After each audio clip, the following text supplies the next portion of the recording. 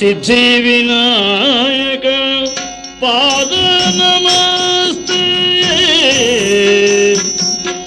ಸಿದ್ಧಿ ವಿನಾಯಕ ಪಾದ ನಮಸ್ತೆ ಬುದ್ಧಿ ಪ್ರದಾಯಕ ಪುಸ್ತಕ ಹಸ್ತ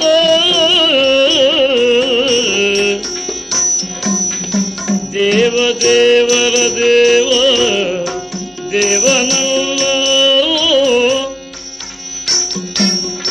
ಓ ದೇವ ದೇವರ ದೇವನಲ್ಲವೋ ಮೂಷಿಕ ವಾಹನ ಮೋದಕ ಪರಾಕುಳಧರ ಪರಮ ಪವಿತ್ರ ಗಜಮುಖನ ನಿನ್ನ ಪಾದವ ನೆನವೇ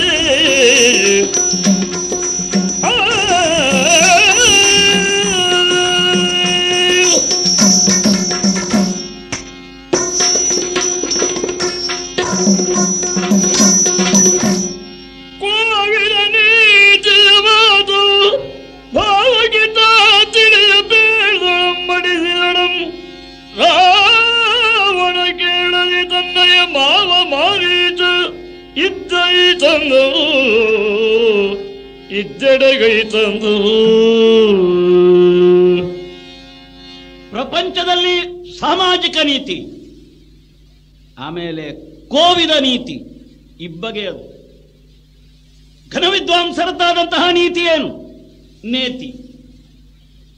ಸರ್ವಂ ಖಲುವಿದಂ ಬ್ರಹ್ಮ, ಇದೆಲ್ಲ ಮಿಥ್ಯೆ. ಇದನ್ನೆಲ್ಲ ಆಧರಿಸಿಕೊಂಡ್ರೆ ಪ್ರಪಂಚದಲ್ಲಿ ಬದುಕಿಗೆ ಅರ್ಥವನ್ನು ಕಲ್ಪಿಸುವುದಕ್ಕೆ ಬಂದೀತೆ. ಇದು ಪಲಾಯನವಾದವಲ್ಲ. ವಿಷ್ಣುವ ಸುಬ್ರಹ್ಮನ ಮಗನಾಗಿ ನಾನು ಅದನ್ನು ತಿರಸ್ಕರಿಸುವುದೂ ಇಲ್ಲ. ಅದು ಅಂತರ್ಮುಖಕ್ಕೆ ಸಂಬಂಧಿಸಿದ್ದು. ವ್ಯಾವಹಾರಿಕ ಸತ್ಯಕ್ಕೆ ಏನು?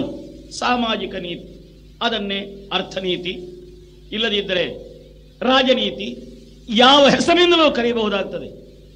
ಕೋವಿದ ನೀತಿಯಲ್ಲಿ ಹೌದು, ಇದು ಎಲ್ಲವೂ ಅಪರಾಧವೇ. ಬಹಳ ಮಾತು ಯಾಕೆ? ತಾಯಿಯ ಗರ್ಭದಲ್ಲಿ ಜೀವನು ದೇಹವನ್ನು ಧರಿಸಿರುವುದೇ ಪಾಪ ಮೂಲದಿಂದ. ಅಷ್ಟು ತಿಳಿಯದಿದ್ದವನಲ್ಲ ನಾನು. ಆದರೆ ಶೂರ್ಪನಖ ಮಾನಭಂಗ ಅದು ಪರ್ಯಾಯವಾಗಿ ಲಂಕೆಯ ರಾಜ್ಯದ ಮಾನಭಂಗವಾಗಿಯದೆ. ಪ್ರತೀಕಾರವನ್ನು ಮಾಡಿಯೇ ತೀರಬೇಕು. ಪ್ರತ್ಯಕ್ಷವಾಗಿ ಪ್ರತೀಕಾರವನ್ನು ಮಾಡಲಿಲ್ಲ. ಗುಟ್ಟಿನಲ್ಲಿ ರಾವಣನು ಸತ್ತ ಹಾಗೆ ರಾವಣತ್ವವು ಸತ್ತ ಹಾಗೆ. ಈ ಆತ್ಮಹತ್ಯೆ ಮಾಡಿಕೊಳ್ಳುವುದರ ಬದಲು ಪ್ರಪಂಚ ಕಾಣುವಂತೆ ಕೊನೆಯ ಉಸಿರಿನವರೆಗೆ ಹೋರಾಟ ಮಾಡಿ ಸತ್ತರೇನಂತೆ. ಅದಕ್ಕಾಗಿ ಮಂಡೋದರಿ ನನ್ನ ಹೆಂಡತಿ, ನನ್ನ ಮಕ್ಕಳ ತಾಯಿ. ಅವಳಲ್ಲಿ ಮಾತ್ರ ಅಂತರಂಗ ಬಿಚ್ಚಿ ಹೇಳಿದೆ, ಸೀತೆಯನ್ನು ತರಲಿಕ್ಕೆ ಹೋಗ್ತೇನೆ. ಅವಳನ್ನು ನಾನು ತಂದಲ್ಲಿ ನೀನು ಅವಳು ಬಾಳಿ ಬದುಕುವ ಬಗೆ ಹೇಗೆ? ಅದು ನನ್ನ ಸಾಂಸಾರಿಕ ಜೀವನದ ಭದ್ರತೆಗಾಗಿ. ಯಾಕೆ?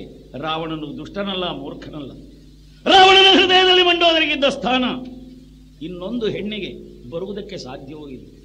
ಆದರೆ ಅವಳೇನು ಹೇಳ್ತಾಳೆ? ಪಾಪ, ಸ್ವಾಭಾವಿಕ ಸ್ತ್ರೀಗೆ ಸ್ತ್ರೀಯಲ್ಲಿ ಅನುಕಂಪೆ. ಮಾಡಬಾರದು, ಹಾಗೆ ಮಾಡಬೇಡಿ. ನಾನು ಏನು ಹೇಳಿದೆ ಅದು ಅವಳಿಗೆ ಅರ್ಥವೇ ಆಗಲಿಲ್ಲ. ಆದ ಕಾರಣ ಅವಳ ಮಾತನ್ನು ಬದಿಗಿರಿಸಿ ನನ್ನ ಮುಂದಿನ ಕಾರ್ಯಕ್ರಮವನ್ನು ರೂಪಿಸುವಲ್ಲಿ ಮಹಾಮೇಧಾವಿಯಾದಂತಹ ಮಾರೀಚನ ಅವಶ್ಯಕತೆಯೂ ಇದೆ.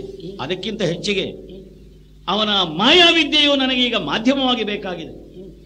ಹಾಗಾಗಿ ಗುಟ್ಟಿನಲ್ಲಿ ರಾತ್ರಿ ಕಾಲದಲ್ಲಿ ಮಾವ ಮಾರೀಚ ಎಲ್ಲಿ ಮೂಗು ಹಿಡಿದು ಕೂತಿದ್ದಾರೋ ಅಲ್ಲಿಗೆ ಹೋಗಿ ನಿಮಗೆ ಮೂಗುಂಟೋ ಅಂತ ಅಭಿಮಾನವನ್ನು ಕೆದರಿಸಿ ಆಮೇಲೆ ನನಗೆ ಅನುಕೂಲರನ್ನಾಗಿಸಬೇಕು. ಇದು ನನ್ನ ರಾಜತಂತ್ರ. ಅದಕ್ಕಾಗಿ ಬಂದಿದ್ದೇನೆ. ಮಾವ ಮಾರೀಚ ಇದ್ದಲ್ಲಿಗೆ. ಓ ಮಾರೀಚ ಮಾವ, ಏಲಯ್ಯ ಅದು ಈಗ ಬಂದಿ ನಾನು. ಹಾ ಮಾವ, ನಿಮಗೆ ಈಗ ತಲೆ ಹಣ್ಣಾಗಿದೆ. ಹೌದೌದು, ತಲೆ ಹಣ್ಣಾದದ್ದು ಮಾತ್ರ, ನಿಮ್ಮ ಬುದ್ಧಿಯೂ ಪಕ್ವವಾಗಿದೆ, ಹಣ್ಣಾಗಿದೆ. ಎಲ್ಲ ಹಣ್ಣಾಗಲಿ. ಹಣ್ಣಾದರೂ ಆ ವೀರತನ ಉಂಟಲ್ಲ, ಕಹಿ, ಅದು ಬೇವಿನ ಮರದ ಗುಣ ಅಲ್ವೋ ಮಾವ? ನಾವು ರಾಕ್ಷಸರು.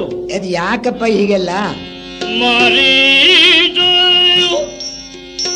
ನಿಜಾಚರ ಸಂತತ, ಮಾರೀಚ ನಿಜಾಚರ ಸಂತತ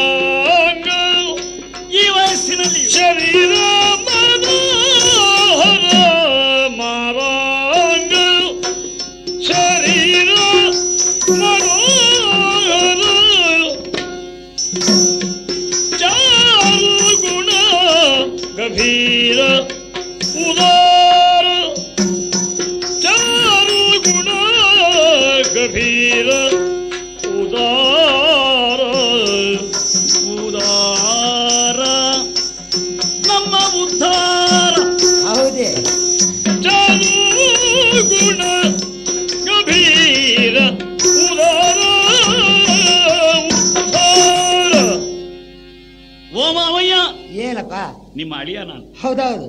ನನಗೆ ಸಂತೋಷ ಅದು. ಆಹಾ, ನನಗೆ ಮಾವಾದದ್ರಿಂದ ನಿಮಗೆ ದೊಡ್ಡ ಅಸ್ತಿಯ ಬರ್ಲಿಕ್ಕೆ ಏನೂ ಇಲ್ಲ. ಇಲ್ಲ ಇಲ್ಲ. ಯಾಕೆ? ಹಾ, ಸ್ವಯಮೇವ ಮೃಗೇಂದ್ರ ಅಂತ ಒಂದು ನ್ಯಾಯ ಉಂಟು. ಅದು ಕಾಡಿನಲ್ಲಿ ಸಿಂಹದಲ್ಲಿ ವರ್ಗದಲ್ಲಿ ಹುಟ್ಟಿದ್ರೆ ಸಾಕು, ಹಾ. ಅದಕ್ಕೆ ಪಟ್ಟಾಭಿಷೇಕ ಬೇಡ. ಆಹಾ, ಏ ಮಾವ, ಹಾ, ನಿಮ್ಮನ್ನು ನೀವು ಸದ್ಯ ಹಾ, ಕಂಡಿದ್ದೀರ? ಇಲ್ಲ.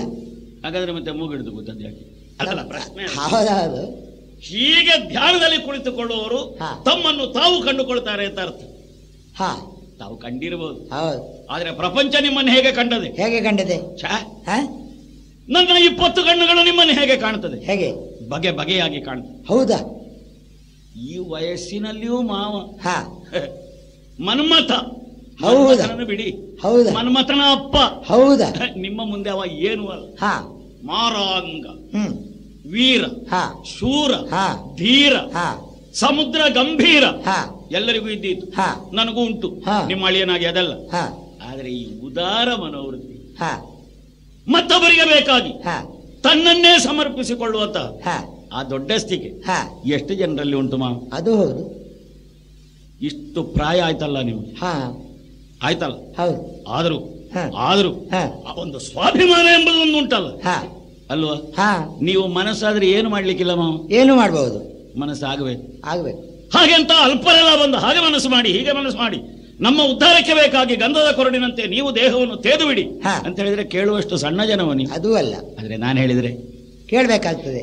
ನನಗೆ ಬೇಕಾಗಿ ನೀವು ಏನೂ ಮಾಡಬೇಡಿ. ಹೌದಪ್ಪ. ಈಗ ನಿಮ್ಮಿಂದ ಒಂದು ಉಪಕಾರ ಆಯ್ತಲ್ಲ. ಇಷ್ಟೆಲ್ಲ ಹೊಗಳಿದ್ದೆ ಅಷ್ಟೇ ಕೇಳುವ. ಯಾವುದಕ್ಕೆ? ಈ ಉಪಕಾರಕ್ಕೆ. ಈಗ ದೇವರ ಮುಂದೆ ನಾವು ಸ್ತೋತ್ರ ಹಾಡುದಾದ್ರೂ ಯಾಕೆ? ಪ್ರಸಾದಕ್ಕಾಗಿ ಅಲ್ಲ. ಅದು ಹೌದು. ಒಂದು ಉಪಕಾರ ಮಾಡಬೇಕು ನಾವು. ನಾನು ಉಪಕಾರ ಮಾಡ್ಲಿಕ್ಕೆ ಇರುವ ಅಲ್ವಾ? ಅದು ಮಾತ್ರ ಅಲ್ಲ, ನಿಮಗೆ ಕರ್ತವ್ಯ ಉಂಟು, ತಪ್ಪು ತಿಳ್ಕೊಳ್ಬೇಡಿ. ಇಲ್ಲಪ್ಪ. ದಶರಥನಿಗೊಬ್ಬ ಮಗ ರಾಮ ಅಂತ ಇದ್ದಾನಂತೆ. ಓಹೋ. ಅವನಿಗೆ ಏನೋ ರಾಕ್ಷಸರ ಬಗ್ಗೆ ಮನಃಕಷಾಯ ಸಿದ್ಧಾಶ್ರಮದಲ್ಲೇ ಹುಟ್ಟಿಯದಂತೆ. ಓ, ಈ ಜಾತಿ ಒಳ್ಳೆಯದಲ್ಲ, ಹಾ. ಕೆಟ್ಟವರು ಅಂತ. ಹಾ, ಅದಕ್ಕೆ ಕಾರಣೀಭೂತರಾದದ್ದು ಮಹಾತಾಯಿ ನಿಮ್ಮ ಅಮ್ಮ ಅಂತೆ. ಹಾ, ಅಲ್ಲ? ಹೌದಪ್ಪ. ಅದೆಲ್ಲ ಕಳೆದಾಗ ಹೋದ ಅದೇ, ಕಥೆ. ಅದೇ. ಹಾ, ಹಾ. ಹಾಗಾಗಿ ಹ್ಮ್, ಅಲ್ಲಿಂದ ಅವನಿಗೆ ತೊಡಗಿಯದೆ. ಹ್ಮ್, ನಮ್ಮ ಹೆಸರು ಕೇಳಿದರೆ ಹಾ, ಅವರ ಹುಟ್ಟಡಗಿಸ್ತೇನೆ ಅಂತ. ಹಾ, ಅಲ್ಲಿಂದ ಏನೋ ಕಾರಣದಿಂದ ದಂಡಕಾರಣ್ಯಕ್ಕೆ ಬಂದ. ಹಾ, ಅಲ್ಲಿಗೆ ಹೋದಳಂತೆ. ಹಾ, ಯಾರು? ಹ್ಮ್, ನನ್ನ ತಂಗಿ ಅಂತ ಹೇಳೋದಕ್ಕಿಂತ ನಿಮ್ಮ ಸೊಸೆ ಅಂತ ಹೇಳೋದು ಒಳ್ಳೇದು. ಹೌದು. ಅವಳಿಗೆ ಎಲ್ಲ ಸ್ವಭಾವ ಎಲ್ಲಿಂದ ಬಂತ ಹೇಳಿ? ಎಲ್ಲಿಂದ? ಮಾತೃ ಮೂಲದಿಂದ. ಹೌದು. ಅದಕ್ಕೆಲ್ಲ ಪರಂಪರೆ ನಮ್ಮ ಅಜ್ಜಿಯದ್ದು. ಹೌದು. ಅಜ್ಜಿಯದಂದ್ರೆ ಹ್ಮ್, ಗೊತ್ತಾಯ್ತಲ್ಲ. ಗೊತ್ತಾಯ್ತು. ಹ್ಮ್, ಹಾಗಾಗಿ ಹ್ಮ್, ಅವಳು ಈ ರಾಮನನ್ನೇನೋ ನೋಡಿದ್ಲ. ಹ್ಮ್, ನೋಡಿದ್ಲು. ಹಾ, ನೋಡಿದಳು, ಅವಳಿಗೊಂದು ನೆನಪಾಯ್ತು. ಹಾ, ಏನು? ಹಾ, ಬೇರೇನಿಲ್ಲ. ಹೌದು. ಅವಳು ಯಾರು? ಹ್ಮ್, ಈ ಹೆಂಗಸರಿಗೆ ಹೆಂಗಸರನ್ನ ಕಂಡ್ರೆ ಕೌತುಕ ಕೊಡ್ತಾರೆ. ಹೌದಪ್ಪ. ಏನೋ ಸೀತೆ ಹತ್ರ ಹೋದ್ರಂತೆ. ಆವಾಗ ರಾಮ ಅಪ್ಪಣೆ ಮಾಡಿದನಂತೆ, ಲಕ್ಷ್ಮಣ ಬಂದನಂತೆ, ಕಿವಿ ಮೂಗು ಕೊಯ್ದನಂತೆ. ಓಹೋ. ಯಾಕೆ? ಹಾ, ಅಲ್ಲಿ ಅವಳು ಏನು ಮಾಡ್ಲಿಲ್ಲ. ಇಲ್ಲ.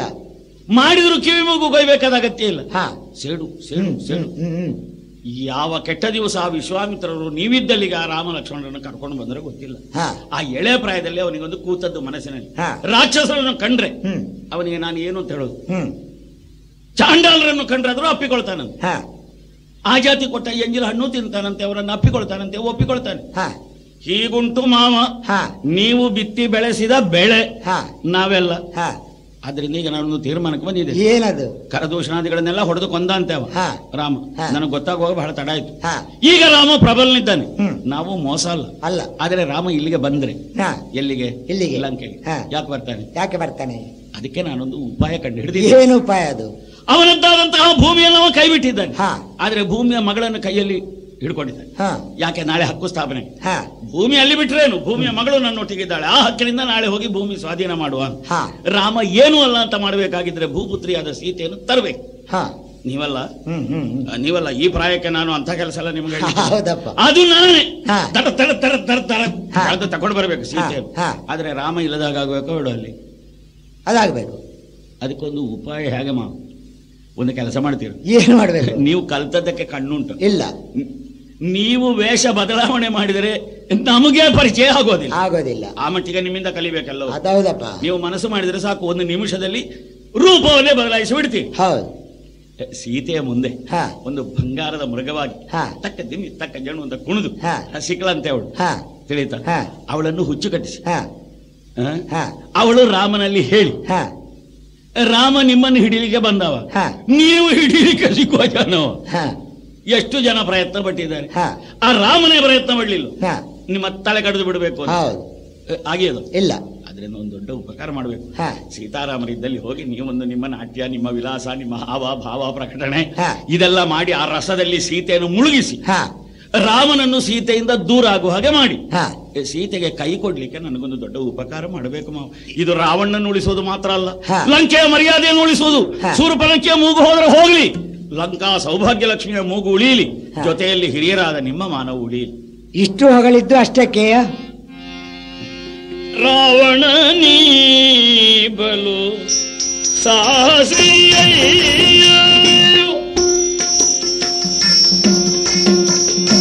ರಾವಣ ನೀ ಬಲು ಸಾಹಸಿಯ ದೇವರ್ಗಳ ದೇವನು ಶ್ರೀರಾಮ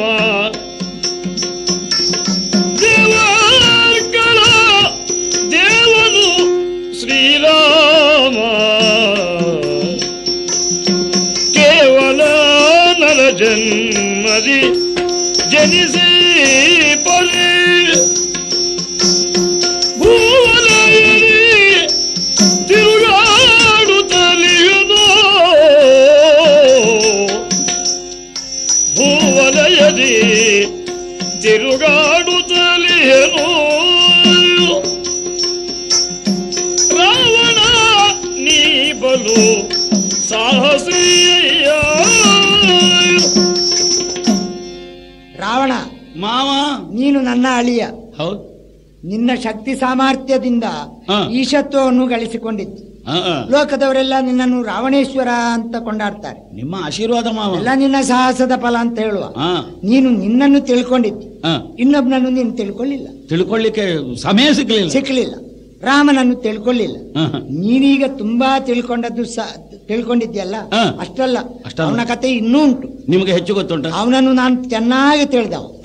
ಎಲ್ಲಿವರೆಗೆ ತಿಳಿದ್ದೇನೆ? ಎಲ್ಲಿವರೆಗೆ? ಅವನ ಹುಟ್ಟಿಯಲ್ಲಿ, ಹಾ. ಅವ ಇದ್ದದ್ದಲ್ಲಿ ಎಂಬ ವಿಚಾರ ಸಂಪೂರ್ಣ ತಿಳಿದ್ದೇನೆ. ಏನಪ್ಪ ತಿಳಿದ? ಅವನ ಅಪ್ಪನ ಪ್ರಾಯ ನಿಮಗಾಯ್ತು. ಅವ ಭೂಲೋಕದವಲ್ಲ, ಹ?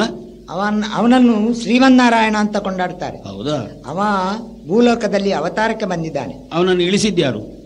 ಯಾಕೆಂದ್ರೆ ಹ್ಮ್. ದುಷ್ಟರ ವಧೆಗಾಗಿ ಭೂಲೋಕಕ್ಕೆ ಅವತಾರದಿಂದ ಬಂದು ಹ್ಮ್. ಈ ಭೂಮಿಯಲ್ಲಿ ಸಂಚರಿಸ್ತಾ ಇದ್ದಾನೆ. ದೇವತೆಗಳು ಅವನನ್ನು ಭೂಲೋಕಕ್ಕೆ ಕಳಿಸಿಕೊಟ್ಟಿದ್ದಾರೆ. ಅವನನ್ನು ಇಳಿಸಿದ್ಯಾಕೆ? ನಮ್ಮನ್ನು ಪಾತಾಳಕ್ಕೆ ಇಳಿಸ್ಲಿಕ್ಕ ಅಲ್ಲ, ನಮ್ಮ ವಧೆಗಾಗಿಯೇ ಕಳಿಸಿಕೊಟ್ಟಿದ್ದಾರೆ. ಹೀಗಿರುವಾಗ ಅವನನ್ನು ನೀನು ಇನ್ನೂ ತಿಳಿಬೇಕಾದ ಸಂದರ್ಭ ಉಂಟು. ಅವನ ತಳ್ಳಿಯೆಲ್ಲ ಒಳ್ಳೇದಲ್ಲ. ನೀನು ನಿನ್ನ ಪಾಡಿಗೆ ಇದ್ದುಕೋ, ನಾನಿಲ್ಲಿ ಮೂಗು ಹಿಡಿದು ನನ್ನ ಪಾಡಿಗೆ ಇದ್ದುಕೊಳ್ತೇನೆ. ಮಾವ, ಹಾಗಾದ್ರೆ ನನ್ನ ಶೈಲಿ ಬದಲಾವಣೆ ಮಾಡಬೇಕು. ನಾನು ಕ್ರಮವ ನೀವು ನಾನು ಹೇಳಿದಲ್ಲಿ ಹೋಗತಕ್ಕದ್ದು. ತಕ್ಕದ್ದು ಅಂತೇಳಿದ್ರೆ ಅಧಿಕಾರವೇ ಆಯ್ತು.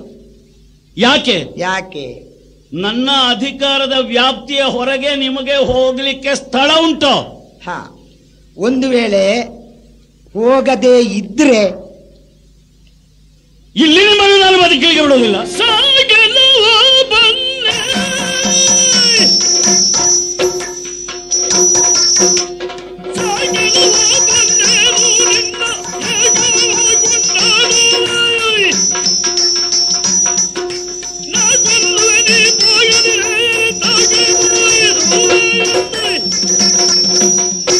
ಮಾವ, ಹೆದರ್ತೀರಾ ನೀವು ಸತ್ತು ಹೋಗ್ತೀರಿ ಅಂತ? ಇಲ್ಲಪ್ಪ. ರಾಮನ ಮುಂದೆ ಹೋದ್ರೆ ಗರ್ಭಕ್ಕೆ ಕೂತದೆ ನಿಮಗೆ ರಾಮನ ಹೆಸರನ್ನ ಚಳಿ. ಅಲ್ಲ, ಈಗ ಏನು ಮಾಡ್ತೀಂತಪ್ಪ? ನೀವು ಇಲ್ಲಿಂದ ರಾಮನ ಬಳಿಗೆ ಹೋಗ್ಬೇಕು. ಹೋಗದಿದ್ರೆ ನನ್ನ ಆಳ್ವಿಕೆಗೆ ಒಳಪಟ್ಟ ಯಾವ ಸ್ಥಳದಲ್ಲಿಯೂ ನಿಮ್ಮನ್ನು ನಾನು ಬದುಕಲಿಕ್ಕೆ ಬಿಡೋದಿಲ್ಲ. ಅಂದ್ರೆ ಕೊಲ್ಲೋದಂತಲೇ? ಮತ್ತೆ ಅದಕ್ಕೆ ಅರ್ಥ ಆಗೇ ಅಲ್ಲ. ಅರ್ಥ ಆಗ ನನ್ನ ಆಜ್ಞಾಶಕ್ತಿಯನ್ನು ವಿರೋಧಿಸುವವರು ಯಾರಿದ್ದಾರೆ ಅವರ ತಲೆ ಕಡಿದೆನು. ಹೌದಾ?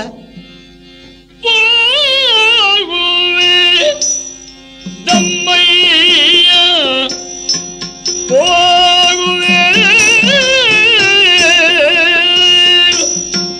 ನಿನ್ನ ಕೈಯಲ್ಲಿ ಪೆಟ್ಟು ತಿಂದು ಸಾವುದಕ್ಕಿಂತ, ನಿನ್ನ ಕೈಯಲ್ಲಿ ಪೆಟ್ಟು ತಿಂದು ಸಾವುದಕ್ಕಿಂತ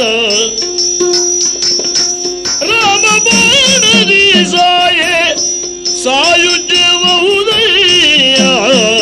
ಓ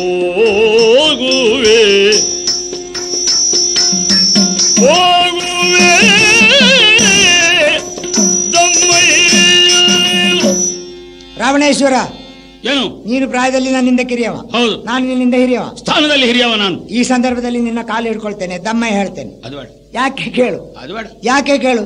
ಯಾಕೆ? ನಾನು ಹೋಗದೆ ಇದ್ರೆ ನೀನು ನನ್ನನ್ನು ಹೊಡೆದುಕೊಳ್ತಿ. ಹೌದು, ಇಲ್ಲಿ ಸತ್ರ ನನಗೆ ಏನು ಪ್ರಯೋಜನ ಅಂತ ಹೇಳು. ಸತ್ರ ಇಲ್ಲಿ ಉತ್ತರ ಕ್ರಿಯೆ ಆದ್ರೂ ಮಾಡಿಯವ್ ನಾವು. ನಿನ್ನ ಮಾತಿನಂತಿ ರಾಮನ ಎದುರಿಗೆ ಹೋಗ್ತೇನೆ, ನನ್ನ ಕಪಟ ಅವನಿಗೆ ಗೊತ್ತಾಗ್ತದೆ. ಅವ ಬಾಣ ಬಿಟ್ಟು ನನ್ನನ್ನು ಕೊಲ್ತಾನೆ. ಕೊಂದ್ರೆ ನನಗೊಂದು ಲಾಭ ಉಂಟು. ಏನು ಏನು? ಅವ ದೇವದೇವನೆಂಬುದಕ್ಕೆ ಅನುಮಾನ ಇಲ್ಲ. ಅವನ ಪಾದಾರವಿಂದದಲ್ಲಿ ನಾನು ಪ್ರಾಣ ಬಿಟ್ಟೆ ಅಂತ ಆದ್ರೆ, ಅವನ ಬಾಣಕ್ಕೆ ನನ್ನ ಜೀವ ಹೋಯ್ತು ಅಂತ ಆದ್ರೆ ನನಗೆ ಮುಕ್ತಿ ಸಿಗ್ತದೆ ಖಂಡಿತ. ನಾನು ಇಷ್ಟರವರೆಗೆ ಮೂಗು ಹಿಡಿದು ತಪಸ್ಸು ಮಾಡಿದ್ದೆ ಯಾಕೆ? ಮುಕ್ತಿ ಹೊಂದಬೇಕು ಅಂತ. ಅದು ಅಲ್ಲಿ ಸಿಗ್ತದೆ ಅಂತ ಆದ್ರೆ ಮತ್ತೆ ನನಗೆ ಇಲ್ಲಿ ಏನು ಕೆಲಸ ಉಂಟು? ನಿಮಗೆ ಸ್ವಂತ ಮಕ್ಕಳಿಲ್ಲ? ಇಲ್ಲ. ಅಳಿಯ ನಾನು. ಹೌದು. ನನ್ನ ಮಾವನನ್ನು ಮೋಕ್ಷಕ್ಕೆ ಕಳುಹಿಸಿದ ಪುಣ್ಯ ನನಗೂ ಬರ್ತದೆ. ಹೌದು. ನಿಮ್ಮ ಹರಿಕತೆಗೆ ಮಣ್ಣಾಕಿದಂತ ಹೋಗಿ. ಆಯ್ತು, ಹೋಗ್ತೇನೆ ಹಾಗಾದ್ರೆ.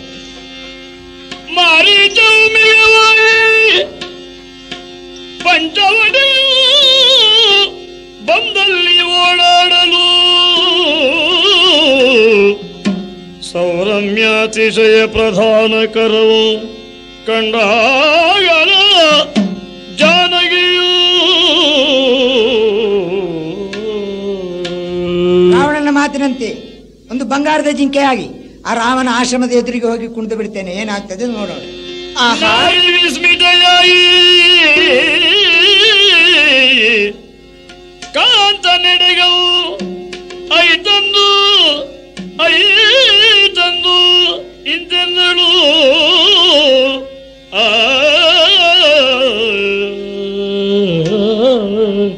ಪರಮಾಶ್ಚರ್ಯವಾಯಿತು ಈ ಮೃಗವನ್ನು ಕಂಡಾಗ. ಅದನ್ನು ಇನ್ನೂ ನೋಡೋಣ ಮತ್ತು ನೋಡೋಣ ಅಂತ ಅನ್ನಿಸ್ತದೆ. ಸ್ವಾಮಿ ನೋಡಿದ್ರ ಜಾನಕಿ? ಆ ಕಡೆ ನೋಡಿ. ರಾಮ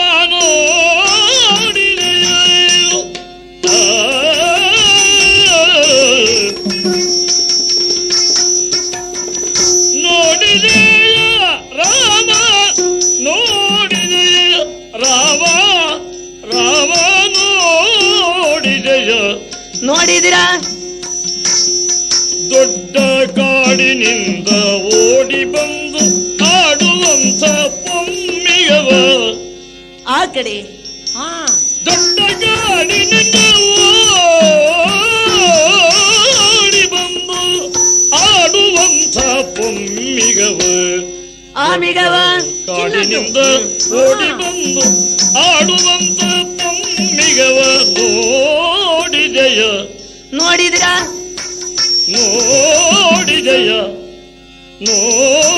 ನೋಡಿದೆಯ ರಾಮ ನೋಡಿದೆಯ ರಾಮ ರಾಮ ಓ ರಾಮ. ಸಣ್ಣ ಸಣ್ಣ ಕಾಲು ಬೆರಳು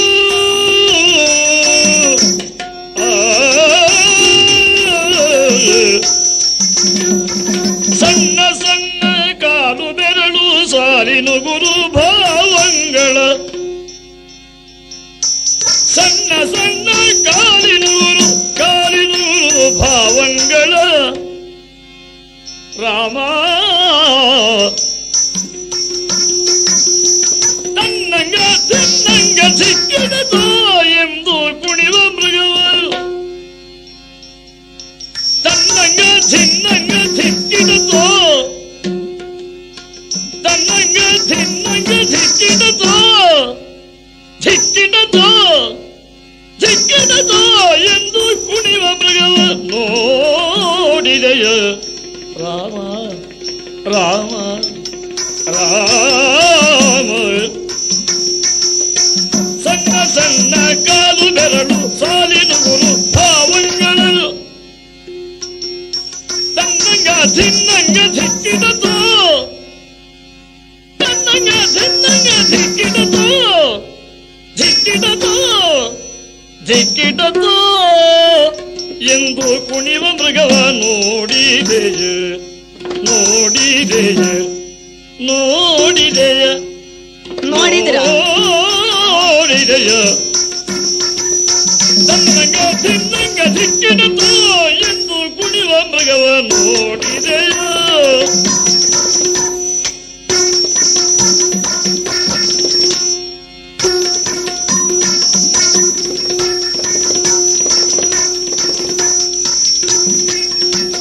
ಸಣ್ಣ ಸಣ್ಣ ಕಾಲು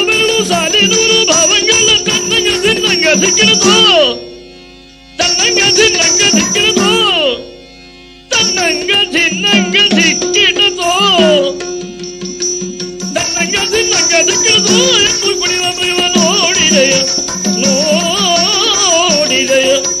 ರಾಮ ರಾಮ ರಾಮ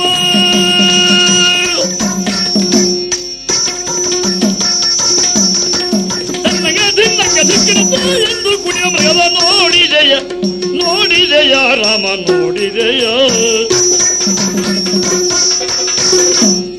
ಶ್ರೀರಾಮಚಂದ್ರ ಸೀತಾ ನೋಡಿದ್ರ ಸ್ವಾಮಿ ಆ ಕಡೆ ಏನನ್ನು? ಆ ಕಡೆ ಕಾಣುವ ದೊಡ್ಡ ಕಾಡಿನಿಂದ ಇತ್ತ ಓಡೋಡಿ ಬಂದು ಕುಣಿಯುತ್ತಾ ಇರುವಂತಹ ಒಂದು ಮೃಗ. ಏನು ಅದನ್ನು ವರ್ಣಿಸುವುದಕ್ಕೆ ನನ್ನ ನಾಲಿಗೆಗೆ ಬಲ ಇಲ್ಲ ಅಂತ ಆಗಿದೆ. ಯಾಕೋ? ಪಂಚವರ್ಣದಿಂದ ಕೂಡಿದ ಮೈಬಣ್ಣ ಅಷ್ಟೇ ಅಲ್ಲ, ಸಣ್ಣ ಸಣ್ಣ ಕಾಲು ಬೆರಳು. ಹಾ, ಆಮೇಲೆ ಸಾಲಿನಿಂದ ಉಗುರುಗಳು. ಅದು ಕುಣಿಯುತ್ತಿರುವ ರೀತಿಯನ್ನು ನೋಡಿ ತಾಳ ಲಯಬದ್ಧವಾಗಿ ಕುಣಿಯುತ್ತಾ ಇದೆ. ನನಗಂತೂ ಆಶ್ಚರ್ಯವಾಯಿತು. ಅಯೋಧ್ಯೆಯನ್ನು ಬಿಟ್ಟು ಅರಣ್ಯವನ್ನು ಸೇರಿ ಸಮಯವೆಷ್ಟೋ ಕಳೆದರೂ ಕೂಡ ಇಂತಹ ಸ್ವಭಾವದ ಇಂತಹ ಬಣ್ಣದ ಮೃಗ ನಾನು ಈ ಮೊದಲು ಕಂಡುದೇ ಇಲ್ಲ. ಅಪರೂಪದ ಜಿಂಕೆ ಇದು. ಆದುದರಿಂದ ಸ್ವಾಮಿ, ನಿಮ್ಮಲ್ಲಿ ನಾನು ಕೈ ಮುಗಿದು ಬೇಡಿಕೊಳ್ಳೋದು, ನೀವು ಜಗದೇಕ ವೀರ ಎಣಿಸಿದ್ರಿ ಅಂತಾದ್ರೆ ಯಾವುದನ್ನಾದ್ರೂ ಒದಗಿಸಿ ಕೊಡಬಲ್ಲಿರಿ ಪ್ರಭು. ಈ ಮೊದಲು ನಾನೇನಾದ್ರೂ ಅದು ಬೇಕು ಇದು ಬೇಕು ಅಂತ ತಮ್ಮಲ್ಲಿ ಯಾಚಿಸಿದ್ದುಂಟೆ? ಇಲ್ವಲ್ಲ. ಇಲ್ಲ. ಆದ್ರಿಂದ ದೊಡ್ಡ ಉಪಕಾರ ಮಾಡಿ ಆ ಮೃಗವೊಂದನ್ನು ನನಗೆ ಜೀವಂತ ತಂದು ಕೊಡಿ.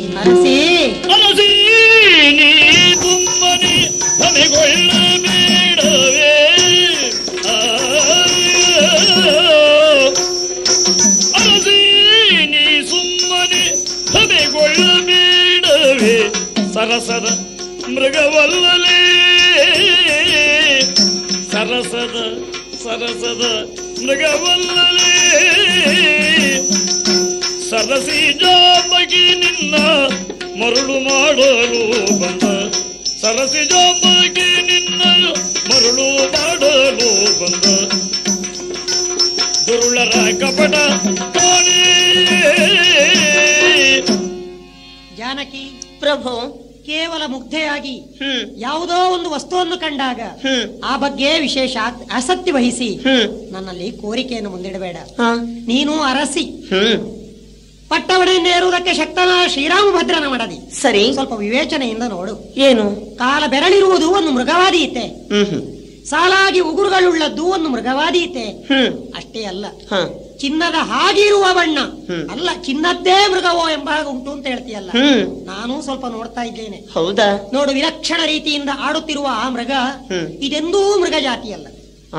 ಜಿಂಕೆಯಾಗಿದ್ರೆ ಹೀಗೆ ಆಗುವುದಕ್ಕೆ ಸಾಧ್ಯ ಇಲ್ಲ. ಹೀಗ ಆಗಿದ್ದು ಹೌದಾದ್ರೆ ಅದು ಜಿಂಕೆ ಅಲ್ಲ, ಇದು ಮೃಗಕ್ಕೆ ವಿಲಕ್ಷಣವಾದ ರೀತಿ ನೋಡು. ಹಾಗಾದ್ರೆ ಮತ್ತೆ ಹಾಗಾದ್ರೆ ಇಂತಹದ್ದು ಬಂತು ಅಂದ್ರೆ ಏನರ್ಥ?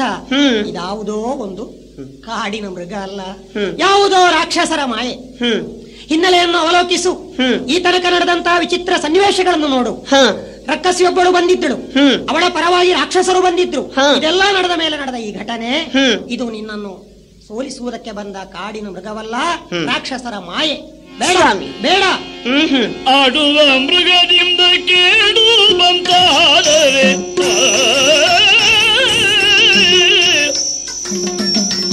ಆಡುವ ಮೃಗದಿಂದ ಕೇಡು ಬಂತಾದರೆ ನೋಡಿಕೊಂಬೆನು ಬಂಬುದ. ಖಂಡಿತ ನೋಡಿಕೊಂಬೆನು ಬಂಬುದ. ನೋಡರೆ ಎನಗೊಂದು ಕ್ಷಣ ಜೀವನಿಲ್ಲದು, ಬೇಡಿಕೊಂಬೆನು ನಿಂದನು. ಆಡುವ ಮೃಗದಿಂದ ಕೇಡು ಬಂದಾದರೆ ನೋಡಿಕೊಂಬೆನು ಬಂಬುದ.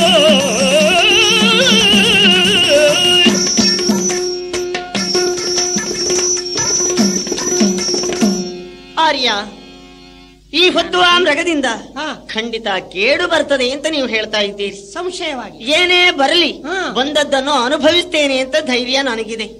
ಆದುದರಿಂದ ಆ ಮೃಗವನ್ನು ತಂದು ಕೊಡ್ಲೇಬೇಕು ನೀವು. ಜಾನಕಿ, ಬೇಡ, ಕಡ್ಡಿ ಮುರಿದು ಸಾರ್ತೇನೆ, ಬೇಡ. ಒಂದು ವೇಳೆ ನೀವು ತಂದು ಕೊಡ್ಲಿಲ್ಲ ಅಂತ ಆದ್ರೆ ನಾನು ಪ್ರಾಣವನ್ನೇ ಇಟ್ಟುಕೊಳ್ಳೋದಿಲ್ಲ. ಅಯ್ಯೋ ಅನುಜ ಲಕ್ಷ್ಮಣ,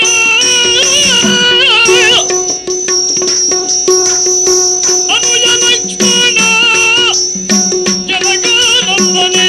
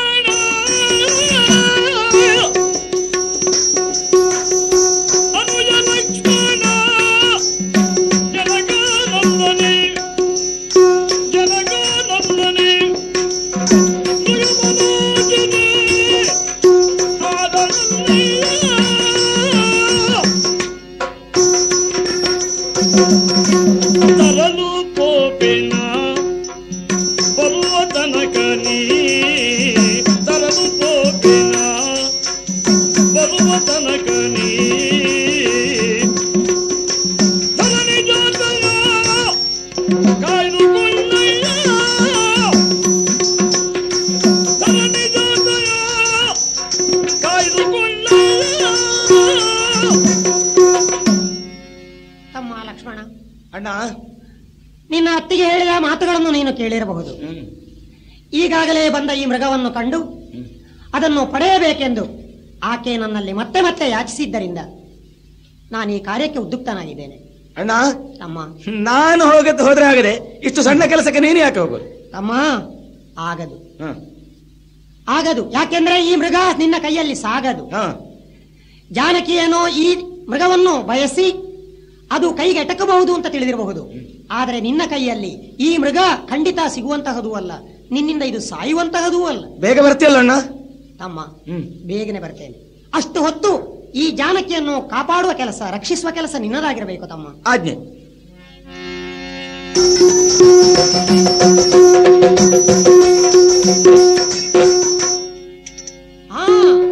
ಏನಿದು?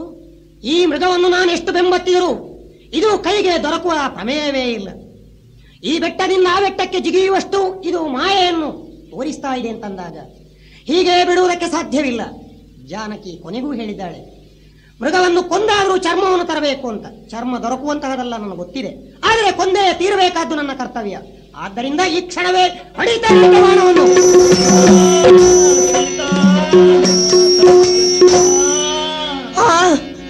ಏನಿದು? ಎಂತಹ ಸ್ವರ? ನನ್ನವರ ಸ್ವರ. ಓ ಲಕ್ಷ್ಮಣ, ಅತ್ತಿಗೆ ಕೇಳಿದೆಯಲ್ಲ?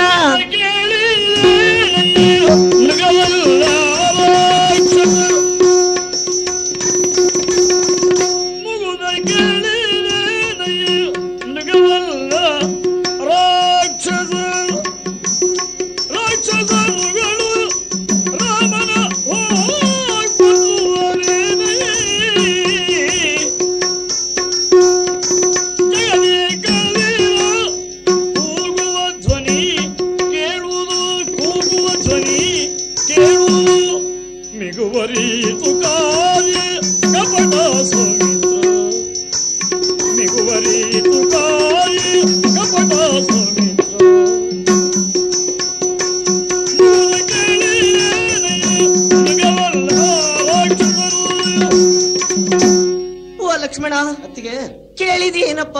ಕೇಳ್ತಾ ಇದ್ದೇನೆ. ಹಾ ಸೀತಾ, ಹಾ ಲಕ್ಷ್ಮಣ, ಹೀಗೆ ಕೂಗುವ ಧ್ವನಿ. ಹಾಗಾದ್ರೆ ನನ್ನವರು ಯಾವುದೋ ಸಂಕಷ್ಟಕ್ಕೆ ಸಿಲುಕಿದ್ದಾರೆ ಖಂಡಿತ. ಮೊದಲೇ ಹೇಳಿದ್ರು ಸೀತಾ, ನಿಜವಾದ ಮೃಗ ಇದಲ್ಲ, ಇದು ಅಸುರರ ಮಾಯೆ ಅಂತ. ನಾನು ಒತ್ತಾಯಿಸಿದ್ರ ಪರಿಣಾಮವಾಗಿ ಈ ಹೊತ್ತು ಅವರನ್ನು ಸಂಕಷ್ಟಕ್ಕೆ ಸಿಲುಕಿಸಿದ ಹಾಗಾಯ್ತು. ಲಕ್ಷ್ಮಣ, ಕಾರ್ಯ ಮಿಗುವರಿಯುವ ಮುನ್ನ ನೀನಲ್ಲಿಗೆ ಒದಗಯ್ಯ. ಹೇಗಾದ್ರೂ ನನ್ನವರನ್ನು ಉಳಿಸಿಕೊಂಡು ಕರೆತ. ಅತ್ತಿಗೆ, ನೀವು ಭ್ರಾಂತರಾಗುವುದೇ? ಯಾಕೆ? ಇದು ರಾಮನ ಧ್ವನಿ ಅಲ್ಲಮ್ಮ. ರಾಮನ ಧ್ವನಿ ಜಾನಕಿ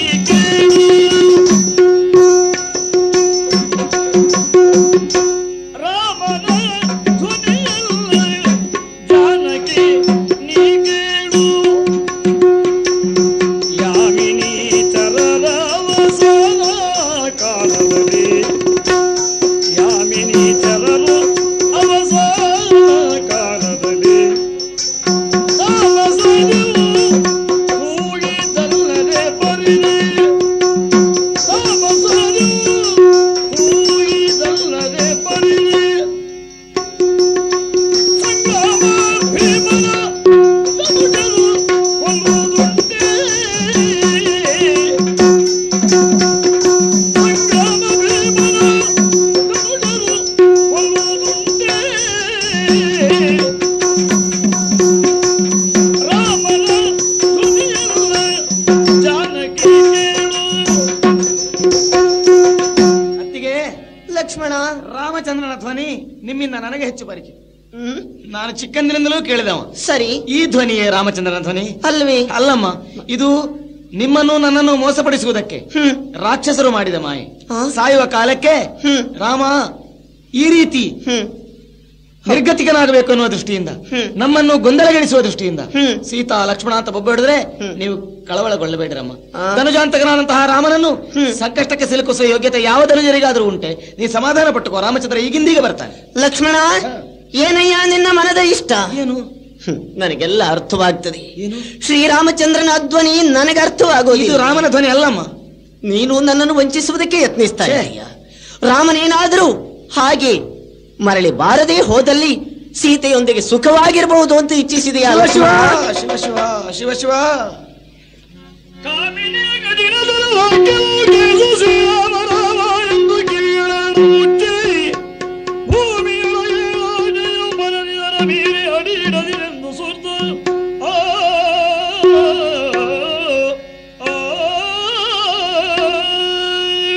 ಶಿವನೇ, ಸ್ತ್ರೀ ಚಿತ್ತ ಹೀಗೂ ಉಂಟೆ, ಇದಕ್ಕೆ ಪ್ರತಿವಾದವಲ್ಲ. ಅತ್ತಿಗೆ ನಾನೀಗಲೇ ಹೊರಟೆ. ಇದು ಈ ನೆಲದ ಮೇಲೆ 7 ಆಜ್ಞೆಗಳನ್ನು ಬರೆದಿದ್ದೇನೆ. ಯಾವುದೇ ಸಂದರ್ಭದಲ್ಲಿ ಇದನ್ನು ದಾಟಿ ಬರಬೇಡ. ಈಗಿಂದೀಗಲೇ ನಾನು ನನ್ನ ಅಣ್ಣನನ್ನು ಕರ್ಕೊಂಡು ಬರ್ತೇನೆ. ಹೋದನು. ರಾಮ ಮೊದಲು ಹೋದ, ಲಕ್ಷ್ಮಣ ಹಿಂಬಾಲಿಸಿದ. ಒಳ್ಳೆಯದು ಒಳ್ಳೆಯದು ಒಳ್ಳೆಯದು ಅಲ್ವಾ? ಹೌದು, ಎಷ್ಟಾದರೂ ಋಷಿಯ ಮಗ ನಾನು. ನನ್ನ ಮುಖಕ್ಕೆ ಗಡ್ಡ ಶೋಭಿಸೀತು. ಆದರೆ 10 ತಲೆಗಳಿವೆ. ಕುಡಿದು 9 ತಲೆಗಳನ್ನು ಈ 10ನೆಯ ತಲೆಯಲ್ಲಿ ಕ್ರೋಢೀಕರಿಸಿ, ಇಲ್ಲದಿದ್ರೆ ತಲೆ ಸಾಕಾಗ್ಲಿಕ್ಕಿಲ್ಲ ಇವರ ಹತ್ರ ಮಾತಾಡ್ಲಿಕ್ಕೆ. ಕಾವಿ ಬಟ್ಟೆಯನ್ನು ಉಟ್ಟಿದ್ದೇನೆ, ಉಟ್ಟದಲ್ಲ, ಮನಸ್ಸಿನಲ್ಲಿ ಎಣಿಸಿದ್ದು. ನಾವೆಲ್ಲ ಅಂಥವರಲ್ವೇ? ಅಣಿಮಾದಿ ಅಷ್ಟಸಿದ್ಧಿಯನ್ನುಳ್ಳ. ಇನ್ನೂ ಒಂದುಂಟು, ಇವರೆಲ್ಲ ಋಷಿ ಜನಗಳನ್ನು ಕಂಡ್ರೆ ದೀರ್ಘದಂಡ ನಮಸ್ಕಾರ ಮಾಡುವುದು. ಮತ್ತೊಂದುಂಟು, ಈ ಜನಕ್ಕೆ ಬುದ್ಧಿ ಇಲ್ಲ, ಮನೆ ಇಲ್ಲ, ಮಠ ಇಲ್ಲ, ತಮ್ಮವ ಅಂತ ಹೇಳಿದ್ರು ನೀನು ಸನ್ಯಾಸಿಯಾಗಿ ಕೂತುಕೋ, ನಾವು ಅಡ್ಡ ಬೀಳ್ತೇವೆ ಅಂತ ಹೇಳುವ ಜನಗಳಿವೆ. ಆದ್ದರಿಂದ ಈಗಾಗಲೇ ವನವಾಸದಲ್ಲಿ ಹಲವಾರು ಮಂದಿ ಋಷಿಗಳು ಏನನ್ನೇ ಹೇಳಿದರೂ ಅದನ್ನು ಮರಳಿ ವಿಮರ್ಶಿಸದೆ ನಿಮಗಾಗಬೇಕಾದದ್ದನ್ನು ನಾನು ಮಾಡ್ತೇನೆ ಅಂತ ನಂಬಿಕೆ ಕೊಡುವ ಇವಳ ಗಂಡ. ಋಷಿ ಪತ್ನಿಯರು ಏನು ಹೇಳಿದ್ರು ಕಥೆ ಅದನ್ನು ವೇದವಾಕ್ಯ ಅಂತ ನಂಬುವ ಇವಳು.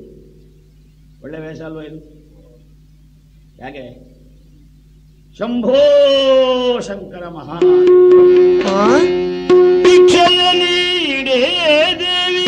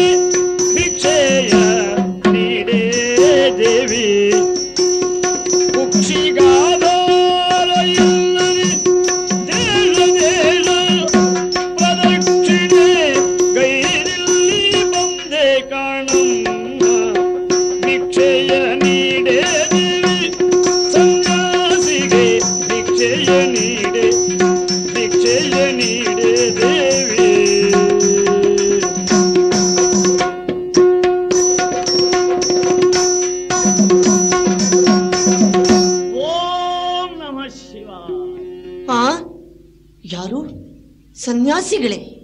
ಸನ್ಯಾಸಿಗಳೇ ಹೀಗೆ ಹೇಳೋರು ಸನ್ಯಾಸಿಗಳಲ್ಲದೆ ಮತ್ಯ. ಸರಿ ಸರಿ. ಸನ್ಯಾಸಿಗಳಿಗೆ ಭಿಕ್ಷಾ. ಯಾರಿಗೆ ಭಿಕ್ಷಾ? ಸನ್ಯಾಸಿಗಳಿಗೆ. ಕಂಡವರಿಗೆಲ್ಲ ಕೊಡಬಾರದು. ನಾವು ಯಾವಾಗಲೂ ನಮ್ಮ ಶಿಷ್ಯರಿಗೆ ಉಪದೇಶ ಮಾಡ್ತೇವೆ, ಕೈ ನೀಡಿ ಕೊಡಿ. ಯಾಕೆ? ಸನ್ಯಾಸಿಗಳಿಗೆ ಅಲ್ವಾ? ಹೌದು. ಸನ್ಯಾಸಿಗಳ ಕೈಯಲ್ಲಿ ಒಂದು ಹಿಡಿ ಹಾಕಿದ್ರು ಅವರ ಕುಲಕೋಟಿ ಉದ್ಧಾರ. ನಿಮಗೆಲ್ಲ ಗೊತ್ತಿರಬೇಕು, ಸನ್ಯಾಸ ಸುಮ್ಮನೆ ಬರೋದಿಲ್ಲ. ಇಲ್ಲ, ಹುಟ್ಟಿನಿಂದಲೇ ಈ ಮನುಷ್ಯರಿಗೆ 10 ಮುಖ, ಹುಚ್ಚು ಮನಸ್ಸು. ಹೌದು, ಹುಚ್ಚು ಮನಸ್ಸಿನ 10 ಮುಖ. ಒಂದೊಂದು ಮುಖ ಒಂದೊಂದು ದರ್ಶನವನ್ನು ಮಾಡ್ತದೆ. ಏನು ಮಾಡಬೇಕು? ಈ 10 ಮುಖಗಳಲ್ಲಿ 9 ಮುಖವನ್ನು ವ್ಯವಸಾಯಾತ್ಮಕವಾದಂತಹ ಜ್ಞಾನದ ಒಂದು ಮುಖದಲ್ಲಿ ಬಂಧಿಸಿಟ್ಟು ಶಿವ ಶಿವೋಹಂ ಶಿವ ಶಿವೋಹಂ. ಹಾಗಾಗಿ ಬಹಳ ಎಳವೆಯಲ್ಲಿಯೇ ನಮಗೆ ಏನಾಗಿ ಹೋಯಿತು ಗೊತ್ತುಂಟು ಅಮ್ಮ? ಏನು? ಅಧಿಕಾರ, ಸಂಪತ್ತು, ಹೆಂಡತಿ, ಮಕ್ಕಳು, ಏನಿದ್ದರೇನು ಇದೆಲ್ಲ ರಸ ಅಲ್ಲ, ಕೈ ಕಸ ಅಮ್ಮ. ಅಮ್ಮ ಕೈ ಕಸ.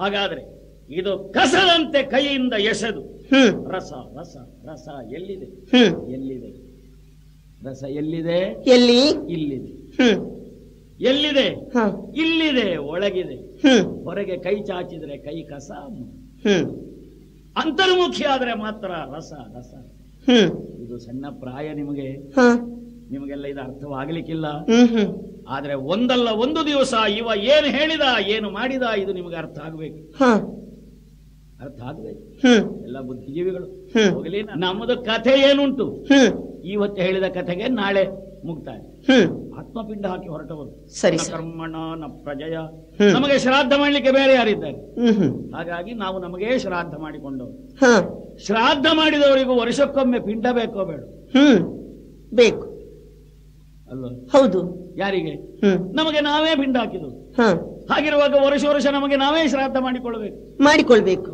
ಆದ್ದರಿಂದ ಅಮ್ಮ ಆ ಪಿಂಡದ ಮಟ್ಟಿಗೆ ಮಾತ್ರ ನಾವು ಯಾರ್ಯಾರ ಮನೆಯಲ್ಲಿ ಕೈ ಉದ್ದ ಮಾಡೋದು ಓಹೋ ಮತ್ತೆ ನಮಗೆ ಕೊಟ್ರೆ ಉಂಟಲ್ಲ ಹೌದು ನಮಗೆ ಕೊಟ್ರೆ ಸರ್ವರಿಗೂ ಕೊಟ್ಟಾರೆ ಕೆಲವರು ಯಾಗ ಮಾಡ್ತಾರೆ ಅಲ್ವಾ ಹೌದು ಅಗ್ನಿಯ ಸಪ್ತ ಜ್ವಾಲೆ ಅವನದು 7 ಕೈ 7 ಕೈಯಲ್ಲಿ ಹವಿಸ ಹಾಕಿದ್ರೆ ಯಾರಿಗೆ ಮುಡ್ತದೆ ಇವನಿಗೆ ಮುಡ್ತದೆ ಇವನಿಗೆ ಅಂದ್ರೆ ಯಾರಿಗೆ ಒಳಗಿದ್ದ ಆತ್ಮನ ಆದ್ರಿಂದ ಯಜ್ಞ ಅಂದ್ರು ಅಷ್ಟೇ ದಾನ ಅಂದ್ರು ಅಷ್ಟೇ ತಪಸ್ಸು ಅಂತಂದ್ರು ಅಷ್ಟೇ ನಿಮಗೆ ಸಮಯಾವಕಾಶ ಉಂಟಲ್ಲಮ್ಮ ಇದೆ ನೀವು ಒಬ್ಬರೇ ಇದ್ದೀರಾ ಇಲ್ಲಿ ಹೌದು ಹಾಗಾದ್ರೆ ಒಳ್ಳೆ ಸಹವಾಸ ಆಯ್ತು ನಾನು ಒಬ್ಬನೇ ನೀವು ಒಬ್ಬರೇ ಅಲ್ವಾ ಈಗ ಯಾವುದಕ್ಕೂ ಸತ್ಯ ಹೇಳ್ತೇನೆ ಏನು ಊರೂರು ತಿರುಗಿ ಆಗಿ ಹೋಯ್ತು ತಿರುಗಿದ್ರೆ ಏನು ಇಲ್ವೇ ಎಲ್ಲಿಗೆ ಹೋದ್ರು ಅಮ್ಮ ಹೊಟ್ಟೆಗೆ ಆಧಾರ ಇಲ್ಲ ಓಹೋ ಹೊಟ್ಟೆಗೆ ಆಧಾರ ಇಲ್ಲ ಆಧಾರ ಇಲ್ಲ ಅಂತಂದ್ರೆ ಅರ್ಥ ಏನು ಅನ್ನ ಕೊಡುವವರು ಇಲ್ಲ ಅಂತಲ್ಲ ಮತ್ತೆ ಒಂದು ತೃಪ್ತಿ ಆಗಬೇಕೋ ಬೇಡ ಹೌದು ಇನ್ನು ಊಟ ಬೇಡ ಅಂತ ಅನ್ನಿಸ್ಬೇಕು ಮನಸ್ಸಿಗೆ ಕೊನೆಯ ಊಟ ಇಷ್ಟವರೆಗೆ ನನಗೆ ಎಲ್ಲಿಯೂ ಸಿಕ್ಕಲಿಲ್ಲ ಹಲವಾರು ಕೈಯಿಂದ ಉಂಡಿದ್ದೇನೆ ಹಲವಾರು ಕೈಯಿಂದ ಭಿಕ್ಷೆ ಸ್ವೀಕರಿಸಿದ್ದೇನೆ ಯಾವ ಕೈಯೂ ನನಗೆ ಪೂರ್ತಿ ತೃಪ್ತಿಯನ್ನು ಕೊಡಲಿಲ್ಲ ಅದಕ್ಕೆ ಕೇವಲ ಹೊಟ್ಟೆ ಹಸಿವು ಹೋಗಿತ್ತು ಅಂತರಂಗದ ಹಸಿವು ಹೋಗಲಿಲ್ಲ ನೋಡುವಮ್ಮ ನಿಮ್ಮ ದೇಶ ಯಾವುದು ನಿಮ್ಮ ಊರು ಯಾವುದು ನಮ್ಮದು ನಿಮ್ಮ ಮುಖ ನೋಡಿದ್ರೆ ನಿಮ್ಮಲ್ಲಿ ಸ್ವಲ್ಪ ಮಾತನಾಡಬೇಕು ಅಂತ ತೋರ್ತದೆ ಸ್ವಾಮಿ ಕೆಲವರ ಮುಖ ನೋಡಿದರೆ ಸುಖ ಆಗೋದಿಲ್ಲ ನಿಮ್ಮ ಮುಖ ನೋಡಿದರೆ ಸತ್ಯ ಹೇಳ್ತೇನೆ ಏನು ನಾವೆಲ್ಲ ಹೇಳ್ತೇವಲ್ಲ ನಾವು ಯಾವಳದ್ದೋ ಒಬ್ಬಳ ಕೈ ಹಿಡಿಯುವುದಕ್ಕೆ ಬೇಕಾಗಿ ಸಾಧನೆ ಮಾಡ್ತೇವೆ ಅಂತ ಕಾವ್ಯವಾಡಿ ಮೋಕ್ಷ ಕಾಮಿನಿ ಹೌದು ಅಮ್ಮ ನನ್ನ ಕಣ್ಣ ಮುಂದೆ ನನ್ನನ್ನು ಕೈ ಹಿಡಿದು ಉದ್ಧರಿಸುವುದಕ್ಕೆ ಬಂದ ಮೋಕ್ಷ ಕಾಮಿನಿಯೇ ನೀವು ಎಂಬಲಿವರೆಗೆ ನನ್ನ ಮನಸ್ಸು ಮುಂಬರೀತೆ ಅದರಿಂದ ಒಂದು ಹಿಡಿ ನೀಡಬಹುದೇ ಒಂದು ಹಿಡಿ ಸ್ವಾಮಿ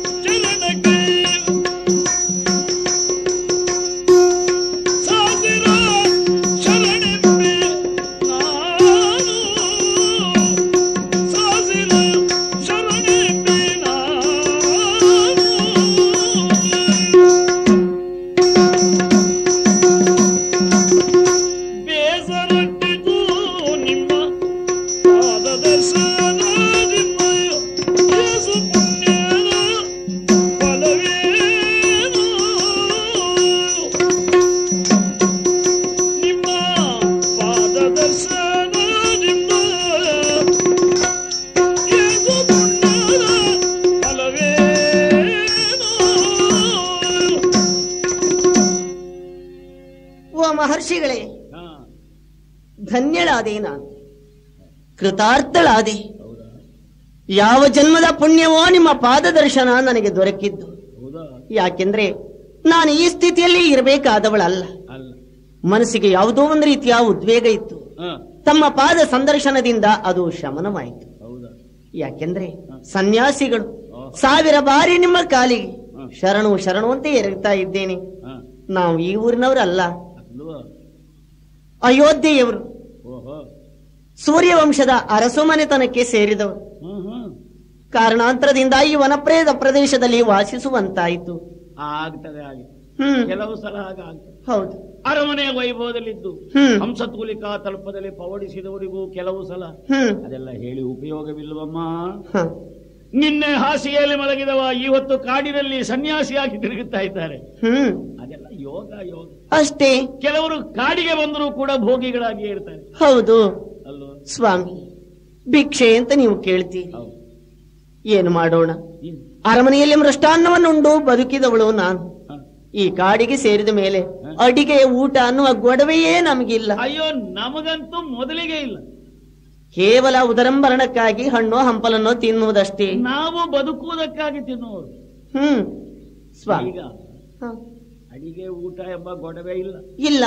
ಆದ್ರೂ ಇಲ್ಲಿ ಒಂದು ವಸತಿ ಅಂತ ಮಾಡಿಕೊಂಡಿದ್ದೀರಲ್ಲ? ಮಾಡಿಕೊಂಡಿದ್ದೇವೆ. ನಮಗ ಅದೂ ಇಲ್ಲ. ಅದೂ ಇಲ್ಲ. ಹಾಗಾದ್ರೆ ಕರತಲ ಭಿಕ್ಷ, ಹೌದು, ತರುತಲ ವಾಸ. ಹಾಗಾದ್ರೆ ನೀವು ಗೃಹಸ್ಥರು ಅಂತ ಗೊತ್ತಾಗ್ತದೆ. ಹೌದು, ಗೃಹಸ್ಥರಿಗಲ್ವೇ ಇದು? ನಿಮಗೆ ಹಿಂದೆ ಮುಂದೆ ಇಲ್ಲಿ ಕಾಡಿನಲ್ಲಿ ಯಾರು ಇಲ್ಲೋ ಅಮ್ಮ? ಇರುವುದಕ್ಕೆ ನನ್ನ ಗಂಡ ಮತ್ತು ಮೈದುನ ಇಬ್ಬರು ನನ್ನ ಜೊತೆಯಲ್ಲೇ ಇದ್ದವರು. ಹೌದಾ? ಆದ್ರೆ ಏನ್ ಮಾಡೋಣ? ಯಾವುದೋ ಒಂದು ಬಂಗಾರದ ಬಣ್ಣದ ಜಿಂಕೆಯನ್ನು ಕಂಡು ನಾನು ಆಕೃಷ್ಟಳಾದೆ. ಬಂತ? ಬಂಗಾರದ ಬಣ್ಣದ ಜಿಂಕೆ ಇಲ್ಲಿಗೆ ಬಂತ? ಹೌದು. ಬೇಕು. ಯಾಕೆ ಕೇಳಿದೆ? ಯಾಕೆ? ನಿನ್ನೆಯೋ ಮೊನ್ನೆಯೋ ಒಂದೆರಡು ಇಲ್ಲೇ ನಾನು ತಿರುಗುತ್ತಾ ಇರುವಾಗ ಕಂಡಿದ್ದೇನೆ. ಹೌದಾ? ಹಾಗಿದ್ರೆ ಅಂತ ಮೃಗಗಳೆಲ್ಲ ಇವೆ ಇಲ್ಲಿ. ಆದ್ರೆ ನಮ್ಮ ಮಟ್ಟಿಗೆಲ್ಲ ಅದರ ಬಗ್ಗೆ ಭ್ರಾಂತಿ ಏನೂ ಇಲ್ಲ. ಯಾಕೆ? ನಾವು ಸನ್ಯಾಸಿಗಳು ಅಷ್ಟೇ. ಬಂಗಾರದ ಜಿಂಕೆ ಬಿಡಮ್ಮ, ಬಂಗಾರದ ಗಟ್ಟಿ ಕೊಡು. ನಿಮ್ಗೆ ಬೇಕು ಅಂತ ಅನ್ನಿಸ್ಲಿಕ್ಕಿಲ್ಲ. ಮಣ್ಣು ಒಂದೇ, ಚಿನ್ನವು ಒಂದೇ. ಅದನ್ನು ತರುವುದಕ್ಕೆ ಅಂತ ನನ್ನ ಸ್ವಾಮಿ ಹೊರಟು ಹೋದರು. ಅದ್ಯಾಕೆ? ನನಗೆ ಬೇಕು ಅಂತ ನಾನು ಆಸೆ ಪಟ್ಟೆ. ಏನಮ್ಮ ಇದು? ಬೇಸರಿಸಬೇಡಿ. ಇಲ್ಲ. ಅರಮನೆಯಲ್ಲಿ ಮಹಾರಾಣಿಯಂತೆ ಮೆರೆಯುವ ನೀವು ಚಿನ್ನಾಭರಣ ಬಂಗಾರದ ಪೆಟ್ಟಿಗೆ ಎಲ್ಲ ಕಾಲ ಕಸ ಅಂತ ಬಿಟ್ಟು ಬಂದವರು ಈ ಕಾಡಿನಲ್ಲಿ ಒಂದು ಮೃಗ ಕಾಣುವಾಗ ನಿಮಗೆ ಬೇಕು ಅಂತ ತೋರಿತಲ್ಲ? ಹೌದು. ತಪ್ಪು ತಿಳ್ಕೊಳ್ಬೇಡಿ. ಮತ್ತೆ ಬಲವಾನಿಂದ್ರಿಯ ಗ್ರಾಮೋ ವಿದ್ವಾಂಸಮಪಿ ಕರಿಷ್ಯತಿ. ಕಣ್ಣಿನ ಆಸೆ ಒಂದುಂಟಲ್ಲ? ಹೌದು. ಎಷ್ಟು ಹೊತ್ತಿಗೆ ಯಾರಿಗೆ ಏನನ್ನು ಹುಚ್ಚಿ ಹಿಡಿಸೀತು ಅಂತ ಹೇಳಿ ಬರೋದಿಲ್ಲ. ಹಾಗೆ ಆಯ್ತು. ಹಾಗಾದ್ರೆ ನೀವು ಮನಸೋತಿರಿ ಅದಕ್ಕೆ. ಖಂಡಿತ ಬಿಡಿ. ರಾಮನ ಹೆಂಡತಿ ಸೀತೆ ಅಲ್ವಾ? ಹೌದು. ಸೀತೆಗೆ ಕೆಲವು ಸೌಂದರ್ಯವಾದದ್ದನ್ನು ಸುಂದರವಾದದ್ದನ್ನು ಕಂಡ್ರೆ ಬೇಕು ಅಂತ ತೋರಿತು. ಮತ್ತೆ ಬಾಕಿದವರ ಸುದ್ದಿ ಬಿಡಿ. ಹೆಂಗಸರದ್ದು ಅದೇ ಸರಿ. ಚಪಲ ಹಾಗೆ ಏನೂ ಇಲ್ಲ ಬಿಡಿ. ಅದಷ್ಟೇ. ಈ ನನ್ನಾಗೆ ಎಷ್ಟು ಜನ ಇರ್ತಾರೆ? ಇಲ್ಲ. ತಪ್ಪಲ್ಲ. ಹಾಗೆ ಬಯಸಿದೆ. ಬಯಸಿದ್ದಕ್ಕೆ ತರುವುದಕ್ಕೆ ಅಂತ ನನ್ನವರು ಹೊರಟು ಹೋದ್ರು. ಅದು ಪ್ರೀತಿ. ಈಗ ತರುವವರು 10 ಜನ ಇರಬಹುದು. ಹೆಂಡತಿ ಗಂಡನಲ್ಲಿ ಕೇಳಿದ್ರೆ ಗಂಡನೇ ಹೋಗಿ ತಂದ್ರೆ ಅದು ಕಾಡಿನ ಮಲ್ಲಿಗೆ ಆಗಿದೆ. ಅದರ ಒಂದು ಸೌಂದರ್ಯ ಬೇರೆಲ್ಲ. ಆಗ ಸಿಗುವ ತೃಪ್ತಿಯೇ ಬೇರೆ. ಮುಖ್ಯ ಮೈಯಲ್ಲಿ ಏನು ಇಲ್ಲಮ್ಮ, ಎಲ್ಲ ಮನಸ್ಸಿನಲ್ಲಿ ಪ್ರೇಮ ಪ್ರೇಮ ಪ್ರೇಮ. ಅದಿಲ್ಲ, ಮೈಯಲ್ಲಾಯ್ತು ಎಲ್ಲ ಕಾಮ ಕಾಮ ಹುಚ್ಚು. ಶಾಂತಂ ಪಾಪಂ ನನ್ನ ಏನೋ ನಿಮ್ಮ ಮುಖ ನೋಡುವಾಗ ನನಗೆ ಅದು ಹಾಗೆಲ್ಲ ಶಬ್ದ ಬಂತ ಅಷ್ಟೇ. ಅದು ಒಂದುಂಟು, ನಮ್ಮ ಬಾಯಿಂದ ಹೋದ್ರೆ ಅದು ಹೋಯ್ತೆ, ಅದು ಉಗುಳಿ. ಅದಕ್ಕೆ ಮೈಲಿಗೆ ಇಲ್ಲ. ಹಾಗಾಗಿ ಈಗ ನೀವು ಇಲ್ಲಿ ತಮ್ಮ ಎಲ್ಲಿ ಹೋದ? ಸ್ವಾಮಿ, ಮೃಗವನ್ನು ತರುವುದಕ್ಕೆ ಅಂತ ಹೋದ ನನ್ನವರು ಬರುವುದಕ್ಕೆ ತಡವಾಯಿತು. ಅದೇನೋ ಆರ್ತನಾದ ಕೇಳಿತು. ಆ ಕ್ಷಣವೇ ಏನು ಅಂತ ಕೇಳಿತು? ಹಾ ಸೀತಾ, ಹಾ ಲಕ್ಷ್ಮಣ ಅಂತ. ನನಗೂ ಕೇಳಿದಾಗ ಆಗಿತ್ತು. ಅದು ಯಾರ ಧ್ವನಿ? ನನ್ನವರದ್ದೇ ಧ್ವನಿ. ರಾಮನ ಧ್ವನಿ. ರಾಮ ರಾಮ ರಾಮ ಕಡೆಗೆ. ಆಗ ಲಕ್ಷ್ಮಣನನ್ನು ಒತ್ತಾಯಿಸಿ ನಾನೇ ಕಳಿಸಿಕೊಟ್ಟುದು. ಹೌದಾ? ಬೇಕಪ್ಪ ಬೇಕು. ಯಾಕೆ ಅಂತ ಹೇಳಿದ್ರೆ ಯಾವಾಗ ಕೈ ಹಿಡಿದ ಗಂಡ ದೂರದಿಂದ ಕೂಗಿ ಕರೆದನು, ಮತ್ತೆ ಮೈದುನ ಯಾಕೆ ಹತ್ತಿರ ಅಲ್ವೇ? ಹಾಗಾದ್ರೆ ನೋಡಿ, ಒಳ್ಳೆ ಹೊತ್ತಿಗೆ ನಾನು ಬಂದಿದ್ದೇನೆ. ಈಗ ಇಲ್ಲಿ ಯಾರೂ ಇಲ್ಲ. ದೇವರೇ ನನ್ನನ್ನು ಇಲ್ಲಿಗೆ ಕಳುಹಿಸಿದ್ದು ಅಲ್ವಾ? ಈಗ ಸ್ವಲ್ಪ ಧೈರ್ಯ ಬರಲಿಲ್ಲ. ಧೈರ್ಯ ಅಲ್ಲ, ಭಿಕ್ಷೆ ಕೊಡೋಣ ಅಂತ ಹೇಳಿದ್ರೆ, ಹಣ್ಣು ಹಂಪಲನ್ನಾದ್ರೂ ಕೊಡೋಣ ಅಂತ ಹೇಳಿದ್ರೆ ಉಪಾಯ ಇಲ್ವಲ್ಲ. ಒಂದೇ ಹೇಳ್ಬೇಕಂದ್ರೆ ಅದು ಇದು ಅಂತ ಇಲ್ಲ, ಅದು ಕೈಗುಳು. ಹೌದು, ಕೈಗುಳು. ಈಗ ನನಗೆ ನೆನಪಿಲ್ಲ, ಪೂರ್ವಾಶ್ರಮದಲ್ಲಿ ಅಮ್ಮ ಏನು ಕೊಟ್ಲು ಅಂತ ನಾವು ನೋಡ್ತೇವೆ. ಇಲ್ಲ, ಕೊಟ್ಟದ್ದಂತ ಕೈ ಆಯ್ತು, ಅಮ್ಮ ಔಷಧಿ ಕೊಟ್ಟದ್ದು ಅಂತ ತಿಳ್ಕೊಂಡೆ. ಸಿಹಿ ಆಯ್ತು, ಅವಾಗ ಪ್ರೀತಿ ಔಷಧಿ ಕೊಡುವಾಗಲೂ ಉಂಟು. ನನಗೆ ನಿಮ್ಮ ಮುಖ ನೋಡುವಾಗ ನಿಮ್ಮ ಕೈಯಿಂದ ಏನು ಬಂದು ಇವನಿಗೆ ತೃಪ್ತಿ ಆಗ್ತದೆ ಅಂತ ಸಂತೋಷ. ಸ್ವಾಮಿ, ನಿಮ್ಮಂತವರನ್ನು ಸಂತೃಪ್ತಿಗೊಳಿಸುವ ಯೋಗ ನನಗಿಲ್ವೋ ಏನು? ಮತ್ತೇನೂ ಅಲ್ಲ.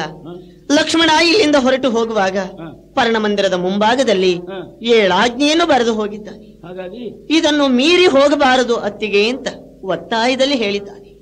ಆದ್ರಿಂದ ನಾನಂತೂ ಇದನ್ನು ದಾಟಿ ಬರುವಂತಿಲ್ಲ. ಆದ್ರೆ ಒಂದುಂಟು, ನಾನು ಬಂದೇನು, ಆದ್ರೆ ನಾವು ಮಾಡಿನ ಅಡಿಗೆ ಬರುವ ವರ್ಗದವರ ಅನಿಕೇತಃ. ನೀವು ಗೃಹಸ್ಥರು ಹೌದು. ಆದ್ರಿಂದ ಭವತಿ ಭಿಕ್ಷಾಂದೇಹಿ ಅಂತ ನಮಗೆ ಪಾಠ.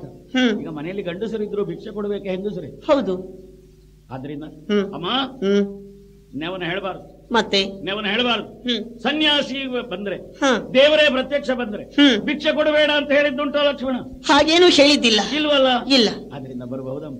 ಹೌದಲ್ಲ? ಏನಾದೀತು, ಆಗಂತುಕನಾಗಿ ಬಂದ ನನ್ನ ಹೊಟ್ಟೆ ಹಸಿವನ್ನು ನೀಗದೇ ಇದ್ರೆ ರಾಜಋಷಿಯಾದ ಜನಕನ ಮಗಳಾಗಿ, ಚಕ್ರವರ್ತಿಯಾದ ದಶರಥನ ಸೊಸೆಯಾಗಿ, ರಾಮನ ಹೆಂಡತಿಯಾಗಿ ಈ ಕುಲಕ್ಷಯವನ್ನು ನೀವು ತಂದು ಒಳಗಿದ್ದ ಪಾಪವು ಹೊರಗೆ ಹೋಗುವುದೆಂದು ಗಯ್ಯಾಳಿ ಮೂಳಿ ಮಾತ್ರ ಕದ ಇಟ್ಟಿಯಾಳಷ್ಟೇ. ಹೌದು. ಹಾಗೆ ತೆರೆದು ಕೊಡಬೇಕಮ್ಮ. ಸ್ವಾಮಿ, ನನ್ನ ಬುದ್ಧಿಗೆ ಒರೆ ಹಚ್ಚಿದ್ರಿ, ಸರಿಯದು. ಲಕ್ಷ್ಮಣ ಆಜ್ಞೆ ಬರೆದದ್ದು ಯಾಕೆ? ದುಷ್ಟರಿಂದ ಏನಾದ್ರೂ ಸಂಕಷ್ಟ ಬಂದೀತೋ ಅನ್ನುವ ಭಯದಿಂದ. ಹೊರಗಿನವರು ಒಳಗೆ ಬಾರದಿರ್ಲಿ ಅಂತ ಅಷ್ಟೇ. ನೀವು ಹೊರಗೆ ಹೋಗಬಾರದು ಅಂತ ಬರೆ ಹಾಕಿದ್ದ. ಅದೇನೂ ಇಲ್ಲ. ಸಜ್ಜನರಾದಂತಹ ತಮ್ಮ ಆಗಮನವಾದಾಗ ತಮಗೆ ಭಿಕ್ಷೆ ಕೊಡುವುದೇ ನನ್ನ ಭಾಗ್ಯ ಅಂತ ಎಣಿಸ್ತೇನೆ. ನಾನೇ ಬೇರೆ ಮುಂದೆ ಬರ್ತೇನೆ. ಅಯ್ಯೋ ರಾಮ,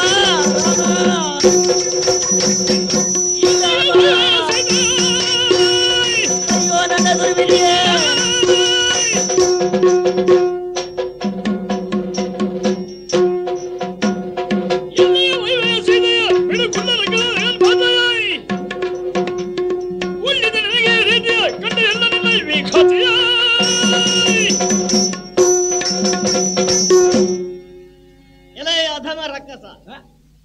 ಮರದ ತುತ್ತ ತುದಿಯಲ್ಲಿ ಕುಳಿತು ವಿಶ್ರಾಂತಿ ಪಡೆಯುತ್ತಿರುವಾಗ ಕೇಳಿದ ರೋಧನ ಯಾರದ್ದು ಅಂತ ಆಲೋಚನೆ ಮಾಡುವಾಗ ಇದು ನಿನ್ನ ಕೈವಾಡವೋ? ನಾನ ಈಗ ಕೂಗಿದ್ದು ನಮ್ಮ ಒಡತಿಯಾದ ಭೂಜಾತೆಯನ್ನ ನೀನು ಬಲವಂತದಿಂದ ಅಪಹರಿಸಿಕೊಂಡು ಹೋಗುತ್ತಿರುವಾಗ ಕಾಪಾಡುವವರಿಲ್ಲದೆ ಅವಳು ಆರ್ತಸ್ವರದಿಂದ ಕೂಗುತ್ತಿದ್ದಾಳೆ. ಏನು ಯಾರು ಅವಳನ್ನು ಕೇಳುವವರಿಲ್ಲ ಅಂತ ತಿಳಿದೆಯೋ? ಇದು ನೀನೇನು ಪಕ್ಷಿರಾಜನಾದಂತ ಜಟಾಯು, ನೀನು ಹಕ್ಕಿ. ಹೌದು. ನಿನ್ನಂತ ಅಧಮರನ್ನು ಶಿಕ್ಷಿಸುವುದಕ್ಕಾಗಿಯೇ ಇಲ್ಲಿ ಕುಳಿತವ ನಾನು. ಪ್ರಾಣದ ಮೇಲೆ ಆಸೆ ಇದ್ರೆ ಭೂಮಿ ಜಾತೆಯಾದ ಸೀತೆಯನ್ನು ಬಿಟ್ಟು ಓಡಿ ಹೋಗಿ ಬದುಕಿಕೊ. ದಾರಿ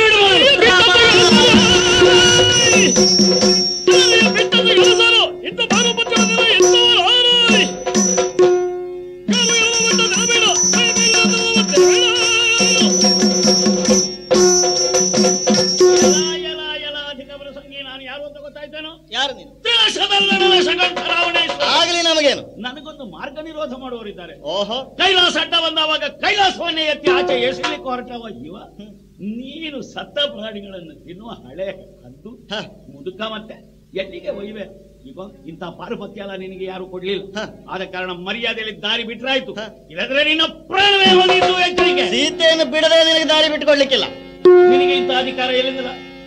ನಿನ್ನಂತ ಕಳ್ಳರು ಇಂಥ ಹೊತ್ತಿನಲ್ಲಿ ಯಾವುದೇ ಸೊತ್ತನ್ನು ಅಪಹರಿಸಿಕೊಂಡು ಹೋಗುವುದಕ್ಕೆ ಅವರು ಮುಂದಾದ್ರೆ ಅವರನ್ನು ಶಿಕ್ಷಿಸುವಂತ ಅಧಿಕಾರವನ್ನ ಸ್ವಯಂ ನಾವು ಹೊಂದಿದವರು. ನಮಗೆ ಇವನಲ್ಲಿ ಮಾತಾಡ್ತಾ ಕೂತ್ರೆ, ಜಗಳ ಮಾಡ್ತಾ ಕೂತ್ರೆ, ಎಲ್ಲರೂ ಹೋದ ರಾಮ ಲಕ್ಷ್ಮಣ ಇಬ್ಬರು ಬಂದ್ರು. ರಾಮ ಕೊನೆಗೆ ಕೈಯಲ್ಲಿ ಹಿಡಿದದ್ದು ಇಲ್ಲ, ಕಟ್ಟಿದ್ದು.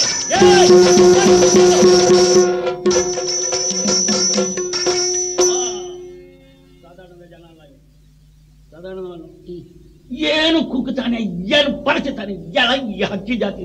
ನಮಗೆ ಇದೆಲ್ಲ ಅಭ್ಯಾಸ ಉಂಟೆ. ಅಯ್ಯೋ ಮಹಾವೀರ, ಹೌದಲ್ಲ? ಸೋಲ ಯಾರಿಗಾಯ್ತು, ಗೆಲುವು ಯಾರಿಗಾಯ್ತು ಅಂತ ನಿರ್ಣಯ ಆಗ್ಲಿಲ್ಲ. ಸೀತೆಯ ಸುದ್ದಿ ಬಿಡು, ಭೂಮಿಯ ಸುದ್ದಿ ಬಿಡು. ಭೂಮಿಯ ಮಗಳು, ನಿನ್ನ ಸುದ್ದಿ ಮಾತಾಡು. ಈಗ ಯಾವಾಗ ನಾವು ಇದ್ರಿದ್ರೆ ಆಗಿದ್ದೇವೆ. ಪಕ್ಷಿ ಜಾತಿಯಲ್ಲಿ ಹುಟ್ಟಿದಂತಹ ನೀನು ಮಹಾಬಲಶಾಲಿ, ಹೌದು. ಆದ್ರೆ ಇತ್ಯರ್ಥ ಆಗ್ತದೆ. ನಾನು ಸೋಲಿಲ್ಲ, ನೀನು ಸೋಲಿಲ್ಲ. ಆದ ಕಾರಣ ಒಂದು ಯುದ್ಧದಲ್ಲಿ ಒಂದು ಪಂಥ ಉಂಟು. ಏನು? ಪಣ ತೊಟ್ಟು ಯುದ್ಧ ಮಾಡೋದು. ಅವರವರ ಮರ್ಮವನ್ನು ಹೇಳುವುದು. ಮರ್ಮವನ್ನು ಹೇಳಿ ಅಂದ್ರೆ ಅದರ ಅರ್ಥ ಏನು ಅಂತ ಗೊತ್ತುಂಟು? ಏನು? ನಮ್ಮ ಜುಟ್ಟು ವಿರೋಧಿಯ ಕೈಯಲ್ಲಿ ಕೊಟ್ಟು ಅವನ ಜುಟ್ಟು ಎಳೆಯೋದು. ಅದು ದೊಡ್ಡ ಸ್ಥಿತಿ. ಅಥವಾ ಅಂತವನ ನಿನ್ನ ಮರ್ಮ ಸ್ಥಾನ ಯಾವ್ದು ಹೇಳು? ನಿನ್ನ ಮರ್ಮ ಯಾವ್ದು ಮೊದಲು ಹೇಳು. ನನಗ ನಾನೇ ಬೇರೆ ಯಾರಲ್ಲಿ ಹೇಳಿಬಿಡ್ಬೇಡ. ಚೇಚೆ, ನನ್ನ ಇಡೀ ಮರ್ಮ ಸ್ಥಾನ ವಂಚನೆ ನಮ್ಮಲ್ಲಿಲ್ಲ.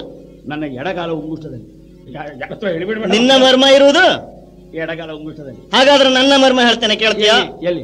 ನನ್ನದು ಮಾತ್ರ ಅಲ್ಲ, ನಮ್ಮಂತ ಪಕ್ಷಿ ವರ್ಗಕ್ಕೆ ಹಾಗೆ ನಮ್ಮ ಪ್ರಾಣ ಇರುವುದು ನಮ್ಮ ಈ 2 ರೆಕ್ಕೆಗಳಲ್ಲಿ. ನಿನಗೂ ಹಾಗೆಯೋ?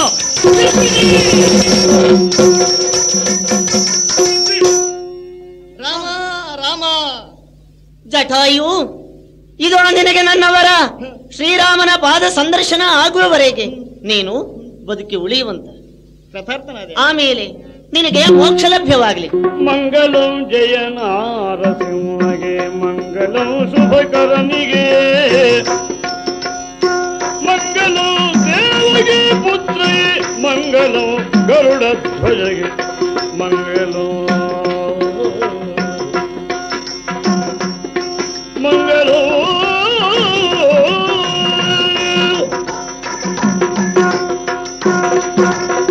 ಕರದಳು ಪರಗು ಪಾದ ಅಂಕುಳಧರನಿಯೇ, ಹರುಷರೇ ಭಕ್ತರ ಹೊರವಯೇ, ಉರಗಭೂಷಣನ ಸುಕುಮಾರ ಗಜವದನನ ಚರಣ ಕಮಲಗೆ ಆರತಿ ಎತ್ತಿರೆ, ಆರತಿಯ ಬೆಳ